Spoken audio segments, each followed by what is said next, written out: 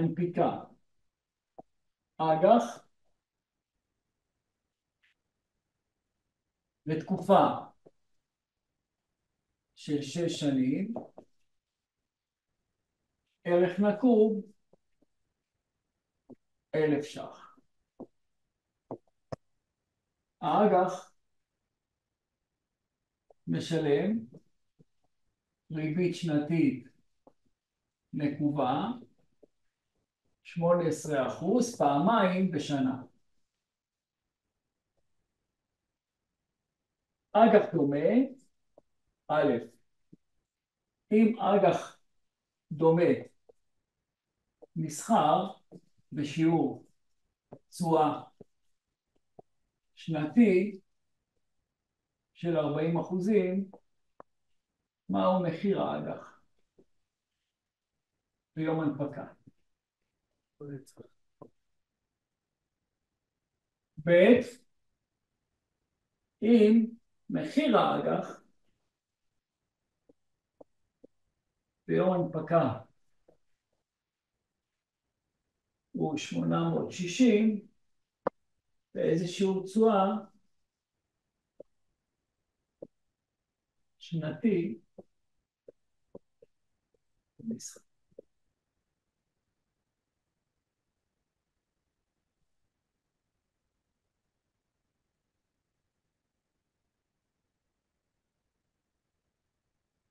ואז הוא מחזיר לך 1,000 פלוס ה-18% האלה? אבל 18% מה? של פעמיים בשנה. נכון שזה אומר כל חצי שנה כמה? 18%. 9%. 18%. זה כאילו... שימו לב, לא הבנתי. ככה. כאשר נתונה ריבית נקובה באג"ח, כדי למצוא את החלק היחסי של הריבית לתקופה, מבצעים חישוב של ריבית פשוטה. כלומר, 18% לחלק ל2 שווה 9% כל חצי שנה. תזכרו, מונה ריבית פשוטה, כי זה נקובה. מכנה זה תמיד ריבית דריבית. שיעור תשואה לעומת זאת, את שיעור התשואה מחשבים בריבית דריבית. אז כלומר, אם נתונה ריבית עם שיעור תשואה שנתי 40%, אז לחצי שנה זה 1.4 בחזקת חצי פחות 1 כפול 100.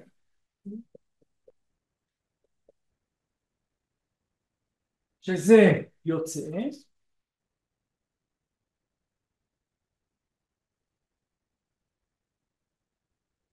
18.30.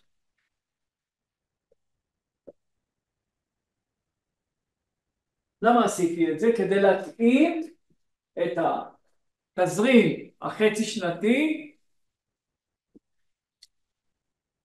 להיוון. עכשיו, איך נראה תזרים המזומנים של האג"ח ואיך אנחנו מתמחרים? אז יש לנו ככה. האג"ח הוא ל6 שנים, זאת אומרת כמה תקופות יש לנו? יפה, יש לנו 12 תקופות. למה? כי כל חצי שנה מקבלים קופון, ויש לנו בסוף התקופה האחרונה מקבלים את הקרן ואת הריבית בחזרה. אז נעשה 0, 1 עד 11 ו-12. למה? כי עד 11 זה אותם תגמולים, וב-12 זה תגמול של קרן פלוס ריבית. אז כמה זה יוצא 9% מתוך 1,000? יוצא 90, ופה יהיה לי החזרה זה 1,090. אז ככה נראה תזרים המזומנים, cash flow של איגרת החוב. כל חצי שנה זה בממדים של חצי שנה, אני מקבל 90, 90, 90, 90, מי מבטיח לי את זה? החברה. אוקיי, החברה הנפיקה, כלומר היא באה ואומרת, הנה איגרת החוב, הנה התנאים שלה. מה אני צריך תמיד לדעת? אני צריך לדעת להפוך את זה לתזרים נכון, אוקיי? האם התשלומי הקרן הם לשיעורים, האם הריבית היא ריבית תקופתית, לרבעון, כן, יש כל מיני. אז אני צריך לדעת לחלק כמו שעשינו פה. עכשיו מה נשאר לעשות כדי למצוא את מחיר האיגרת? להוון, נכון? צריך להוון. אז בואו נחשב, יש לנו עכשיו, שימו לב, בגלל שזה חצי שנה, הפכנו את התשואה לחצי שנה, ואז עכשיו אנחנו הולכים להוון. נהוון תזרים בשיעור היוון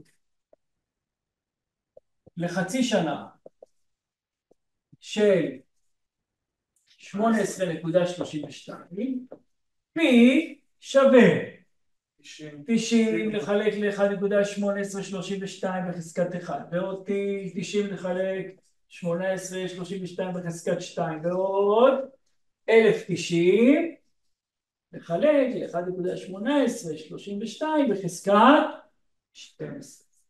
זה הערך הנוכחי של זה ייתן לי את יש נוסחת קיצור, בגלל שזה קבועה, זה סדרה, למעשה סדרה של תקבולים קבועים, זה ערך נוכחי של סדרה של תקבולים קבועים, ועוד ערך עתידי של סכום חד פעמי. אז זה יוצא פי שווה ל-90 מחולק ב-0.1832 כפול 1 מינוס 1 חלקי 1.1832 בחזקת 12, ועוד האלף, שימו לב, הפרדתי בין האלף, 1.1832 בחזקת 12. הפרדתי בין האלף, והכנסתי לכל הסדרה את ה-90. אז עשיתי 12 במקום 11, וזה עשיתי בנפרד. אז כמה זה יוצא? מה, למה? זה הגיוני. זה future value לבד. זה סבבה. וזה תזרים, זה כאילו תפרק אותו, יש לך 12 פעמים 90.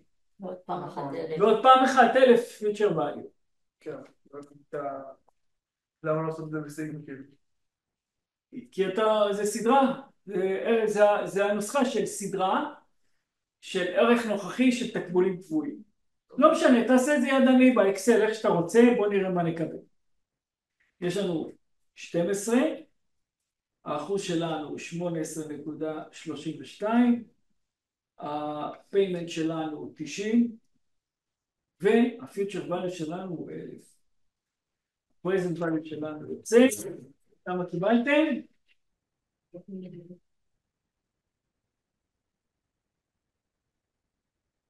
מה זה חצי שווה למעלה? כאילו זה תקופות 6 שנים שהפכתי אותם לחצי חצי חצי, זה תקופות של שנה, הרי האג"ח זה ל6 שנים, נכון. אז כמה תקופות יש לך פה 6 שנים?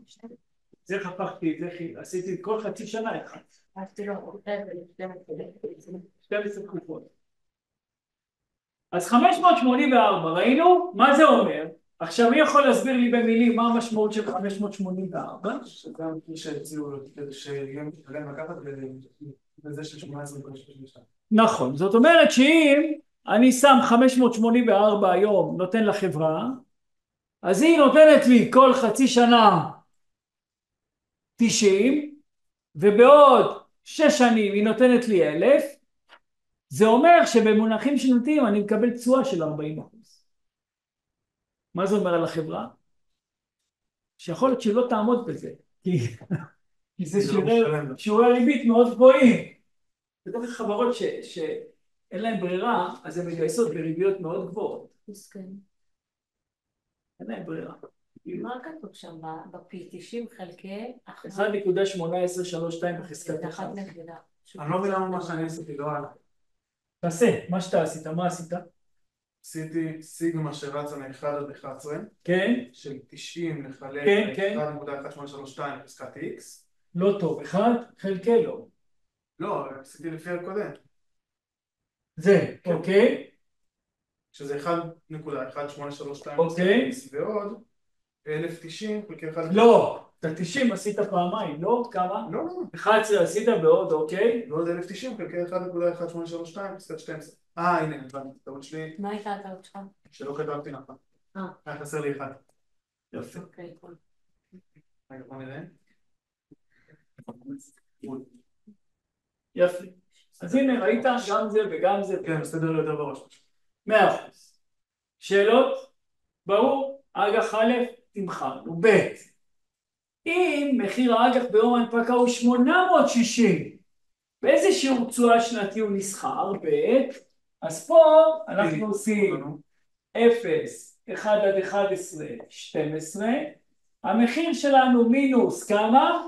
860, 1 עד 11 זה 90, ו-12 זה 1090, ומה אנחנו עושים? נחפש IRR.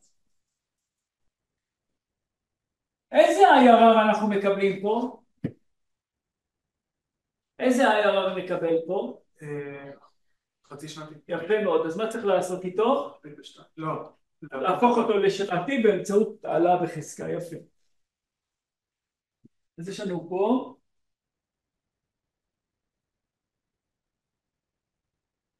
N, יש לנו 12, יש לנו מינוס 60, 60,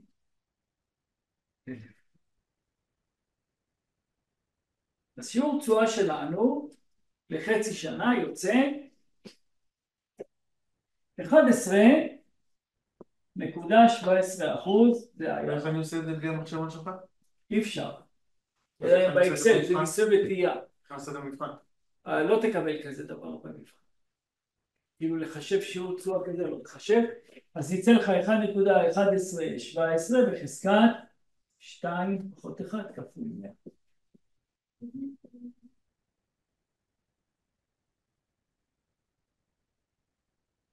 יוצא 23.58. עכשיו, עברו שנתיים. בואו נכתוב סעיף ג', שימו לב לסעיף הבא, ג'. עברו שנתיים מיום ההנפקה,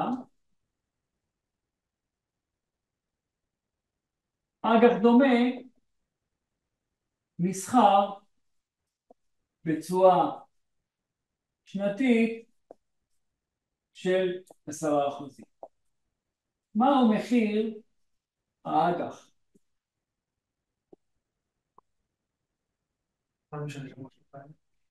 חשוב מאוד, למה? לא, כשאתה אומר שאתה עכשיו מתחיל את זה ב4 שנים? נכון, אתה לא ב4 שנים, בשנתיים. עברו שנתיים, אז יש לך תזרים צפוי, נכון? אז יש לנו ככה,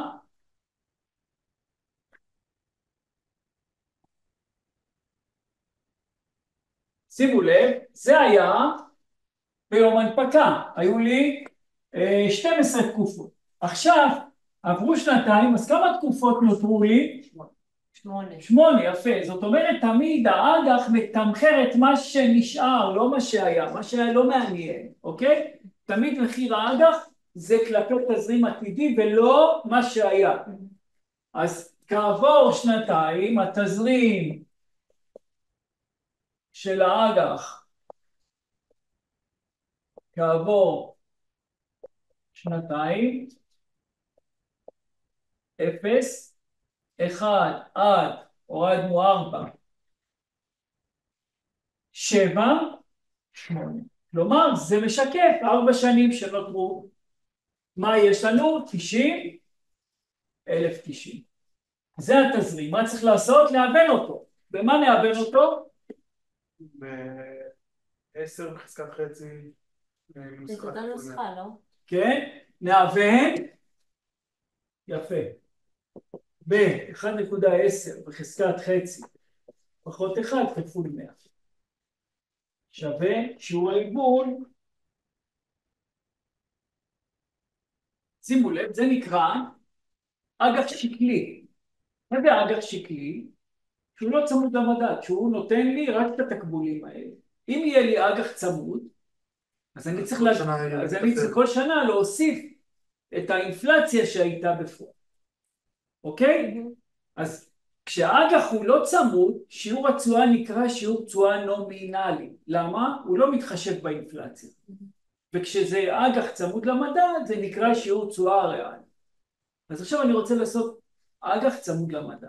אוקיי, הנושא שלנו עכשיו. הבנו? יש שאלות על העניין של האג"ח הזה, הכל ברור?